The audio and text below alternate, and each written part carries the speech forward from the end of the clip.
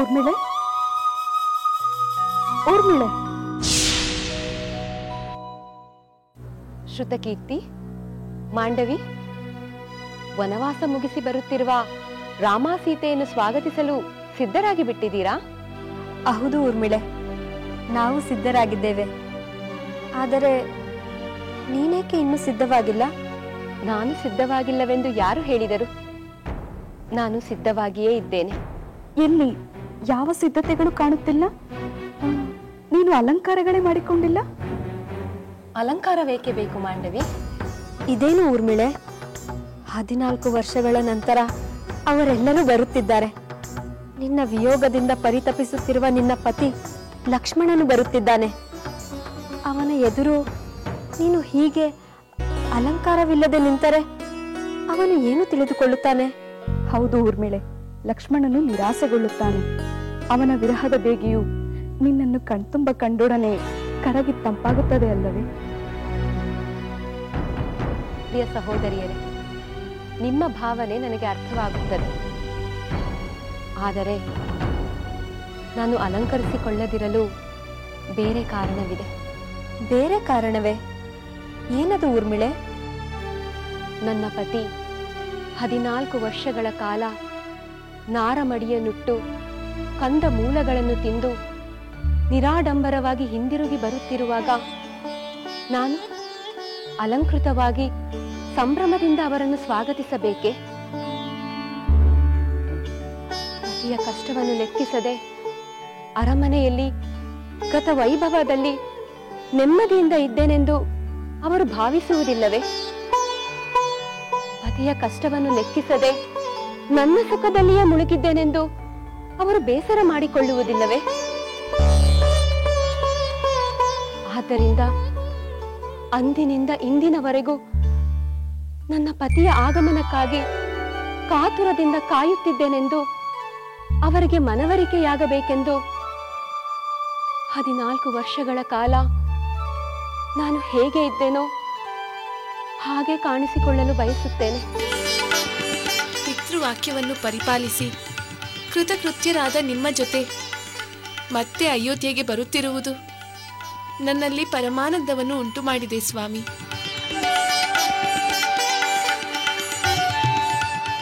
ಅದೇ ನೋಡಿ ಜಾನಕಿ, ಅಯೋಧ್ಯ ನಗರ ಕಾಣುತ್ತಿದೆ. ವನವಾಸಕ್ಕೆ ತೆರಳುವ ಮೊದಲು ಅಯೋಧ್ಯೆಗೆ ವಂದಿಸಿದಂತೆ ಈಗ ಮರಳಿ ಬರುತ್ತಿರುವಾಗಲೂ ವಂದಿಸಿ ಪ್ರವೇಶಿಸೋಣ. ಆಗಲಿ ಸ್ವಾಮಿ. ರಘುಕುಲದ ಹಿರಿಯರ ಜೀವ ಚೈತನ್ಯ ತುಂಬಿರುವ ಅಯೋಧ್ಯ ನಗರ ಮುಂದೆಯೂ ನಮಗೆ ಸದಾ ಮಂಗಳವನ್ನು ಉಂಟು ಮಾಡಲಿ.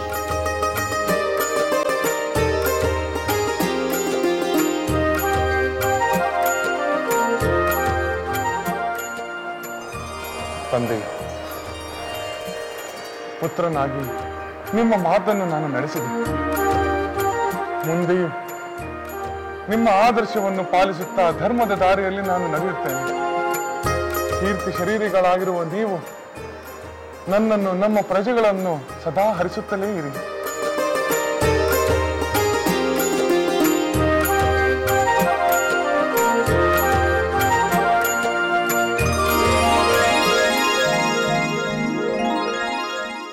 ದೇವ, ಭಕ್ತವತ್ಸಲ, ನನ್ನ ಪುತ್ರ ರಾಮಚಂದ್ರ ವನವಾಸಕ್ಕೆ ತೆರಳಿ 14 ವರ್ಷಗಳೇ ಕಳೆದು ಹೋದವು.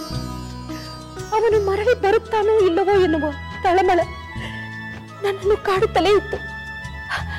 ಆದರೆ ಆ ತಳಮಳವನ್ನೆಲ್ಲ ನಿವಾರಿಸುವಂತೆ ರಾಮನು ಮರಳಿ ಬರುತ್ತಿದ್ದಾನೆ.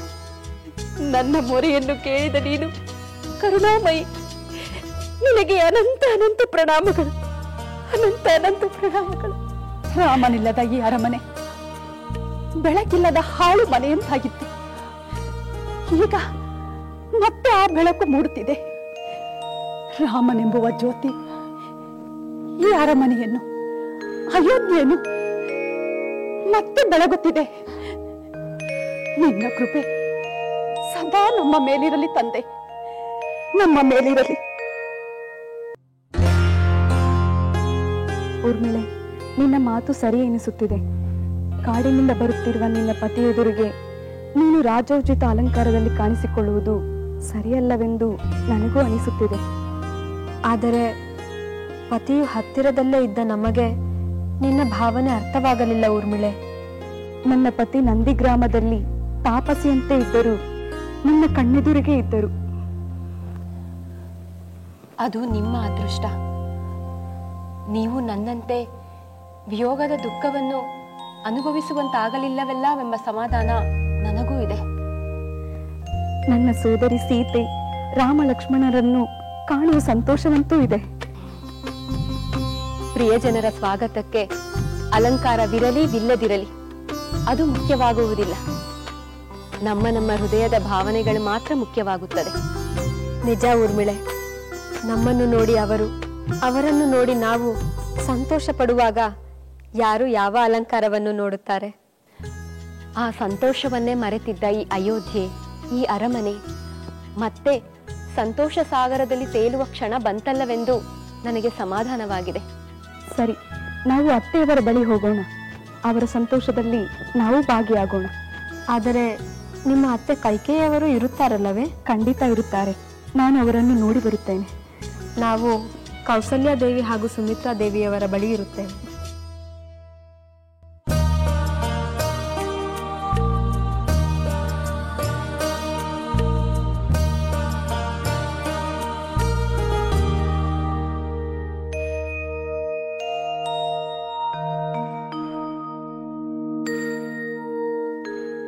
ಅತ್ತೆಯವರಿಗೆ ಪ್ರಣಾಮಗಳು.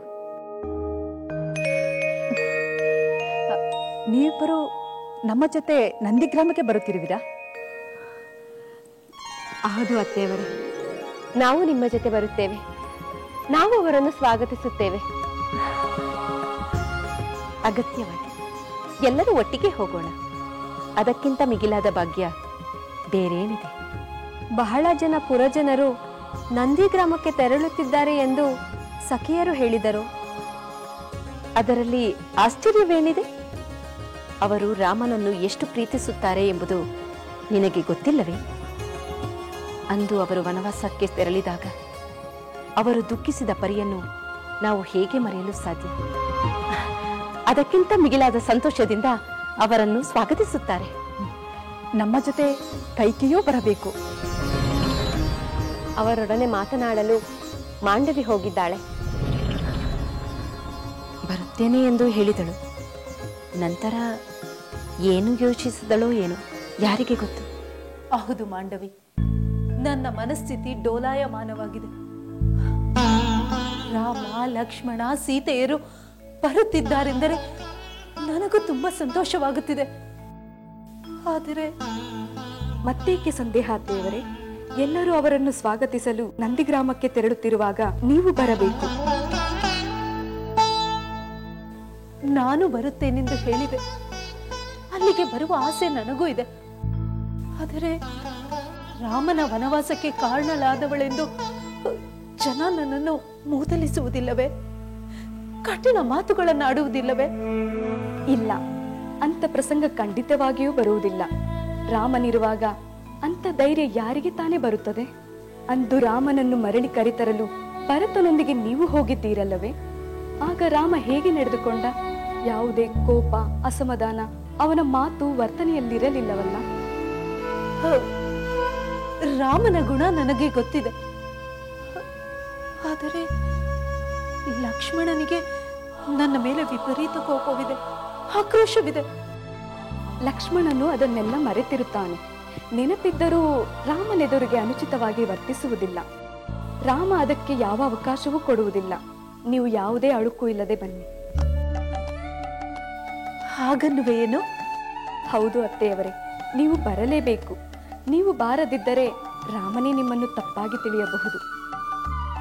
ಹೌದು, ನಿನ್ನ ಮಾತು ಸರಿ. ರಾಮ ಖಂಡಿತ ನನ್ನನ್ನು ನಿರೀಕ್ಷೆ ಮಾಡುತ್ತಾನೆ. ಇದರಿಂದ ರಾಮನ ಬಳಿ ಕ್ಷಮೆ ಕೇಳುವ ಅವಕಾಶ ದೊರೆತಂತಾಗುತ್ತದೆ. ನಾವೆಲ್ಲರೂ ನಂದಿಗ್ರಾಮಕ್ಕೆ ಹೋಗೋಣ. ರಾಮ, ಸೀತೆ, ಲಕ್ಷ್ಮಣರನ್ನು ಸ್ವಾಗತಿಸೋಣ. ನಡೆ.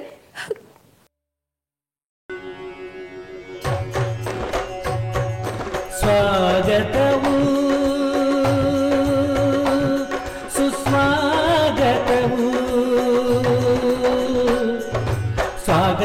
ಸುಸ್ವಾಗತವು ಶ್ರೀರಾಮನಿಗೆ, ರಘುಕುಲಾಂಬುದಿ ಸೋಮನಿಗೆ.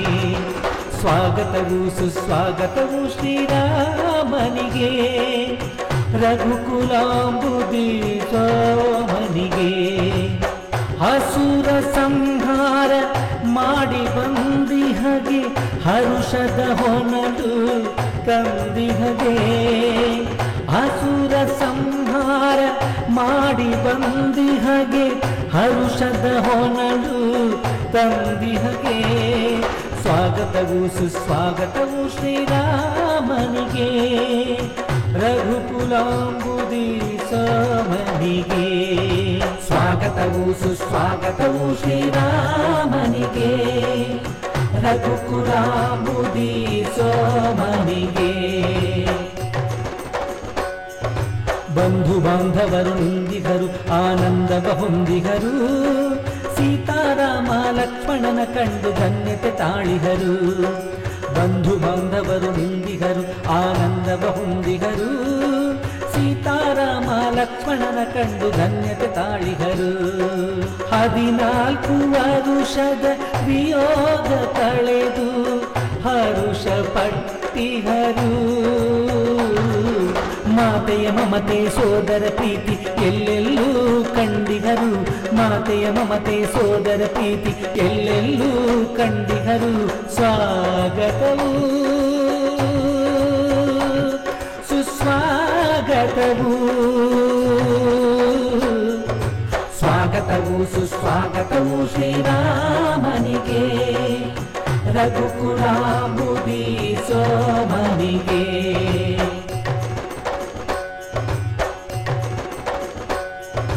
ಋಷಿ ಮುನಿ ಗುರುಗಳು ರಾಮನನು ಹರಸಲು ಬಂದಿಹರು, ನರವಾನರರ ಸ್ನೇಹಕ್ಕೆ ಪ್ರಜೆಗಳು ಜೈಕಾರ ಹೇಳಿದರು. ಋಷಿ ಮುನಿ ಗುರುಗಳು ರಾಮನನು ಹರಸಲು ಬಂದಿಹರು, ನರವಾನರರ ಸ್ನೇಹಕ್ಕೆ ಪ್ರಜೆಗಳು ಜೈಕಾರ ಹೇಳಿದರು. ಕಳೆದ ರತ್ನವು ಮರಳಿ ದೊರಕಿದ ಬಗೆಯಲಿ ಸಂತಸ ಪಟ್ಟಿಹರು. ಕಳೆಯಿತು ಕತ್ತಲು ಬಂದಿತು ಬೆಳಕು ಎಂದಾನಂದ ತಾಳಿಹರು, ಕಳೆಯಿತು ಕತ್ತಲು ಬಂದಿತು ಬೆಳಕು ಎಂದಾನಂದ ತಾಳಿಹರು. ಸ್ವಾಗತವು ಸುಸ್ವಾಗತವು, ಸ್ವಾಗತವು ಸುಸ್ವಾಗತವು ಶ್ರೀರಾಮನಿಗೆ, ರಘುಕುಲಾಂಬುದಿ ಸೋಮನಿಗೆ. ಸ್ವಾಗತವು ಸುಸ್ವಾಗತವು ಶ್ರೀರಾಮನಿಗೆ, ರಘುಕುಲಾಂಬುದಿ ಸೋಮನಿಗೆ. ಸ್ವಾಗತವು ಸುಸ್ವಾಗತವು ಶ್ರೀರಾಮನಿಗೆ, ರಘುಕುಲಾಂಬುದಿ ಸೋಮನಿಗೆ. ಗುರುದೇವ, ದೀರ್ಘಾಯುಷ್ಮಾನ್ ಭವ.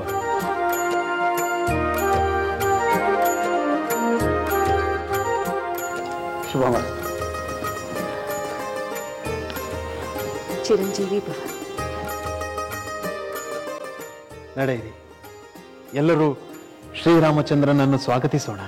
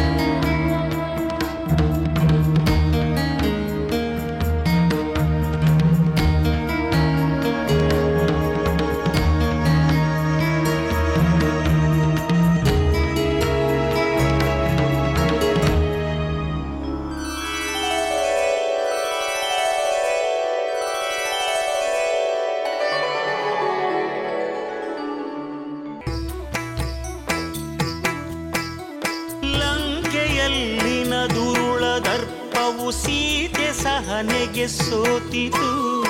ಅಂಕೆ ಇರದ ಅಸುರ ಕುಲವು ರಾಮ ಬಾಣಕ್ಕೆ ಅಡಗಿತು. ದೂರವಿರಲಿ ಸನಿಹವಿರಲಿ ರಾಮ ಹೃದಯ ನಿವಾಸಿನಿ. ಯುಗವು ಯುಗವು ಸಾಗಲಿ ಅಕಳಂಕ ಪ್ರೇಮ ಪ್ರಬೋಧಿನಿ. ಅಮರ ಗಾಧೆ ಧರಣಿ ಜಾತೆ ಸಾಧ್ವೆ ಸೀತೆ ಸುಚರಿತೆ. ಸಹನ ಶಕ್ತಿ ಪತಿಯ ಭಕ್ತಿ ಲೋಕಮಾನ್ಯ ವಂದಿತೆ.